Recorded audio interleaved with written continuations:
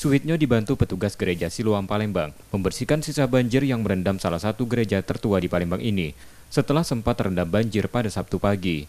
Akibat banjir yang menggenangi bagian dalam gereja, misa Natal yang sedianya digelar secara langsung di gereja ini dilakukan secara daring. Air banjir surut di gereja yang berada satu lingkungan dengan Kambang Iwa Palembang yang terendam banjir pada Sabtu siang. Kan online, jadi ketika kondisi tidak memungkinkan offline ya online kan begitu ceritanya. Kita kasih taunya ke majelis-majelis ya Pak, kalau kita ya adakan offline gitu karena banjir gitu Pak. Itu gimana? Justru majelisnya mengasih ke grup jemaat. Ya, grup jemaat itu. Banjir yang merendam hampir 18 kecamatan yang ada di Palembang terjadi selain tingginya curah hujan, juga karena kurangnya kolam resapan.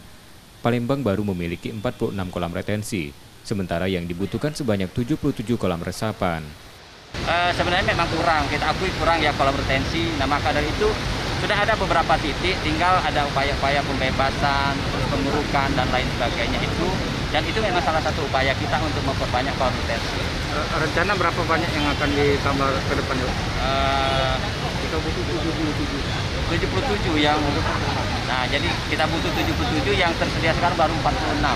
Paling tidak ini bisa mengurangi titik genangan air.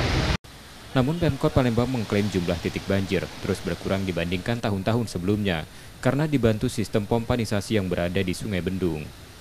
BMKG terus mengingatkan warga agar waspada karena potensi hujan ekstrim yang terjadi di Palembang masih akan terjadi hingga 31 Desember mendatang. Purwantoro, Kompas TV, Palembang, Sumatera Selatan.